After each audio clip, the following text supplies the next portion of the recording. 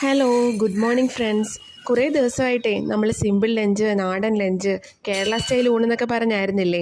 അപ്പോൾ ഇന്ന് വെറൈറ്റിക്ക് വേണ്ടി ഒരു റൈസ് ഉണ്ടാക്കാമെന്ന് ഞാൻ രാവിലെ തന്നെ ഓർത്തു. ചിക്കൻ ഫ്രൈഡ് റൈസിനോ ചിക്കൻ എഗ് ഫ്രൈഡ് റൈസിനോ എന്താ ഇപ്പോൾ പറയാമെന്നറിയില്ല കേട്ടോ. എന്തായാലും ചിക്കനും എഗ്ഗും ഉണ്ട്. പല കളർ ക്യാപ്സിക്കൊക്കെ ആക്ച്വലി ഞാൻ ട്രിവാൻഡ്രത്ത് വന്നതിന് ശേഷമാണ് യൂസ് ചെയ്യാൻ തുടങ്ങിയത്. നേരത്തെ ലുലുവിൽ ഒരു പാക്കറ്റ് പല കളറിൽ നീളമുള്ളൊരു ടൈപ്പ് ഓഫ് ക്യാപ്സിക്കം കിട്ടുമായിരുന്നു. ഇപ്പോൾ കുറച്ച് നാളായിട്ട് അത് കാണുന്നില്ല. പിന്നെ നമുക്ക് ഇഷ്ടമുള്ള വെജിറ്റബിൾസ് ഒക്കെ ഇടാമല്ലോ, ക്യാരറ്റോ ബീൻസോ. പിന്നെ കൊച്ചിനൊന്നും കൊടുക്കാറുള്ള ബ്രോക്കലി വെജിറ്റബിൾ സൂപ്പിലിടാവുന്ന ബ്രോക്കലി ഇല്ല.